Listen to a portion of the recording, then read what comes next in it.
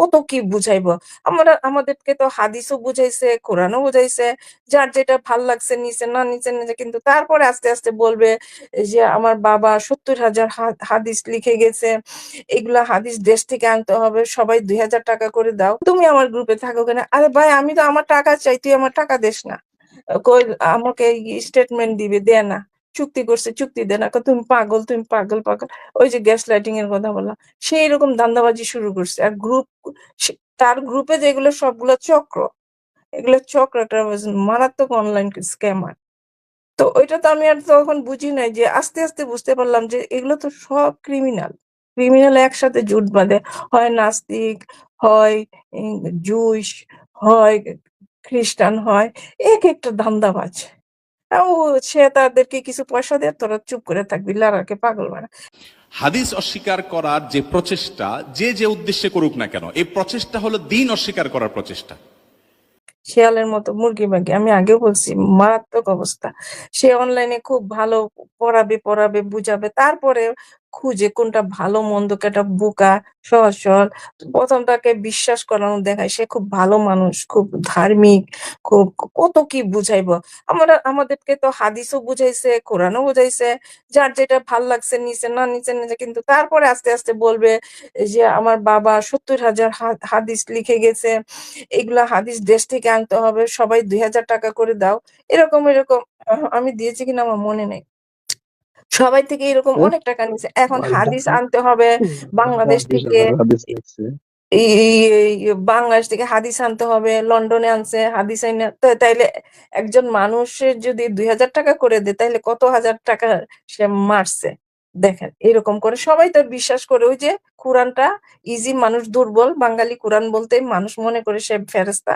এটা কিন্তু না, এটা ফেরেশতা না, সে একবার আসল ক্রিমিনাল। তারপর মানে শুরু হয়েছে জিনিসটা। তো কোরআন তো বুঝতেছি তার মতো, আমার মতো, যার যার মতো সে বুঝতেছে। ঠিক ছিল, আস্তে আস্তে সে ব্যবসার ধান্দা দিতেছে। আমি আগেও এতটুকু জানি না, আমি ভাবছি সে মুসলমান হয়ে গেছে, ভালো হয়ে গেছে। কিন্তু না, পরে দেখা যায় যে আমাকে বলে ব্যবসার কথা, যে ব্যবসা করলে এত লাভ দিব, এত লাভ দিব। আমারও সবকিছু ডকুমেন্ট আছে, কিন্তু মেইন জিনিসটা ফাঁসাইছে আমাকে।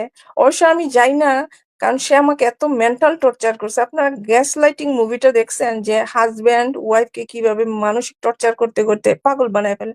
পরে তখন মেয়েটা ভাবে যে আমি আসলে পাগল। সে আমার সাথে এরকম করছে। চালাকিটা কেমনে করছে, সে একা না, তার বউ সহ। আমাকে একটা লারা অ্যাওয়ার্ড দিয়েছে, যাতে আমি ওই গ্রুপ থেকে সরে থাকি।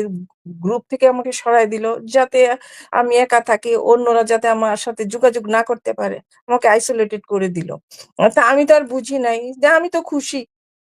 কিন্তু সে যে আমাকে জবাই করতেছে তলে তলে, এটা তো আমি বুঝি না, মিয়া বিবি। পরে দেখলাম ব্যবসার কথা বলে, ওই কথা বলে, যে এই অমুক এত টাকা লাভ দিব, অত টাকা লাভ দিব। তা আমি তো খুশি, ভাবছি যে ব্যবসাতে লাভ দিবে, ক্ষতি কি। প্রথম বলে 8,000, কত, 8,000 ডলার দিলে তোমাকে আমি $250 না কত জানি দিব। তারপরে আবার বলে যে আমি এই ইলিয়াস হোসেনের ভিডিওটা দেখলেই আপনারা পাবেন হিসাব, ওইখানে আমি আছি। যে এ, তারপরে বলে 15,000 পাউন্ড দিলে এটা করব, ব্যবসা তোমাকে $1,500 লাভ দিব। এটা একটা গেল। তো এরকম করে করে নিল আমার থেকে টাকা।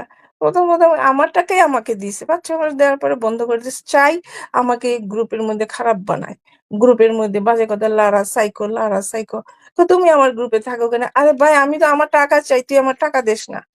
কই আমাকে স্টেটমেন্ট দিবে, দেয় না। চুক্তি করছে, চুক্তি দেয় না। কয়, তুমি পাগল, তুমি পাগল পাগল। ওই যে গ্যাস লাইটিং এর কথা বললাম, সেই রকম ধান্দাবাজি শুরু করছে। আর তার গ্রুপে যেগুলো সবগুলো চক্র, এগুলো চক্র, একটা মারাত্মক অনলাইন স্ক্যামার। তো ওইটা তো আমি আর তখন বুঝি নাই, যে আস্তে আস্তে বুঝতে পারলাম যে এগুলো তো সব ক্রিমিনাল।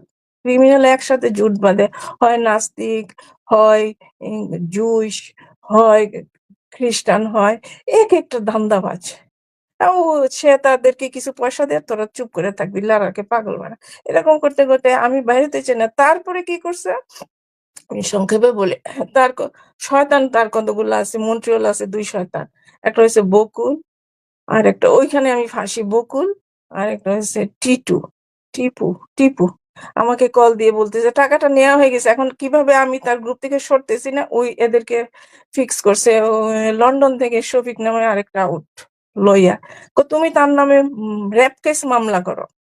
দেখেন কেমনে ভাষায়, রেপ কেস মামলা করো। রেপ কেস মামলা আমি তো কোনোভাবেই করব না। আমার কথা তুই মাইরা খাইছিস, আমি বুঝে গেছি সে দিবে না, কারণ আমি যখন ডকুমেন্ট চাই সে দেয় না। বলে এটা শেয়ার দিতে পারি, ওইটা দিতে পারি, ওইটা ধান্দাবাজি শুরু করছে আর কি।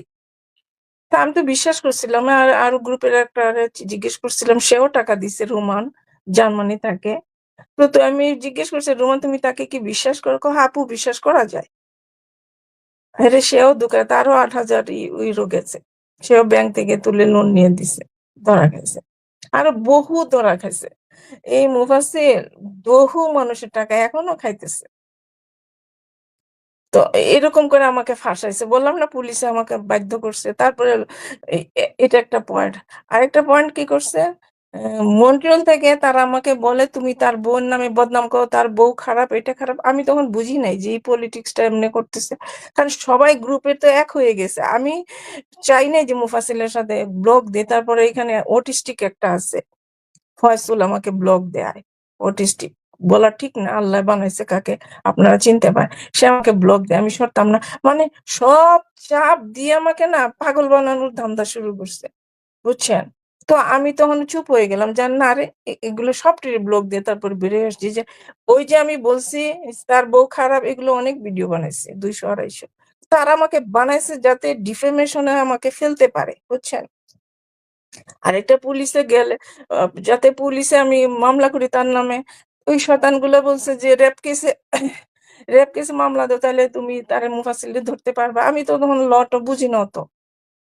দেখছেন কেমনে ফাঁসাইছে তার। আমি তো এমনি কোর্টে যেতাম না, আমি কই টাকা মাইরা খাইছে, আল্লাহ তার শাস্তি দিবে, দিবেই।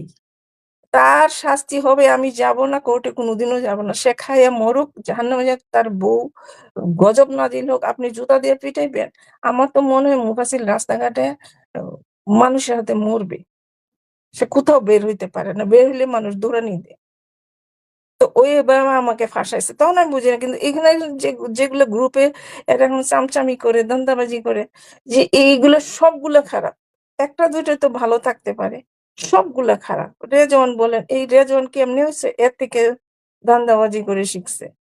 যে আমি আর এটা ভুলে গেছি, বাট কিভাবে চক্রটা করে মানুষকে, সুস্থ মানুষকে পাগল বানায় ফেলা লাগে, তারপরে শয়তানি গুলা করে পুরো একবার চক্র।